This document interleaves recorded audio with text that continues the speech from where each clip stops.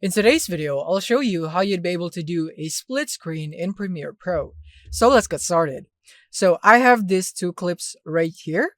And the first thing that I do want to do is that I would want to position this on each side. So first is this one.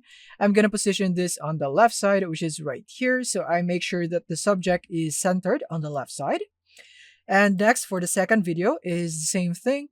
So for this one, I'm just going to go and scale this first right there. And then you want to make sure that the subject is aligned right there. And as you can see, this split screen is just horrible. You need to remove this part right here. So to do that is that you would want to go for an effect. Right here, you want to go for crop. And then just basically crop this video right here, which is on the right there. So we just want to go for the subject itself right here. So I think this one is pretty good. So yeah, that's it.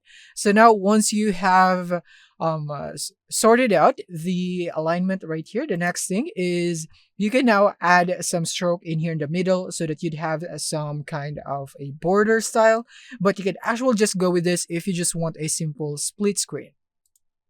Now, if you don't want to add a border, is that you want to click on the P button or pen tool, and then click here on the intersection or here in the edge right here between these clips, and then you want to go into Essential Graphics.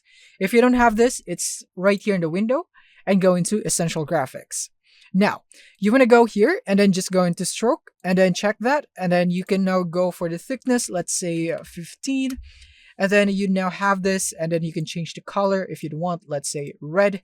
And now we have this border or split screen style.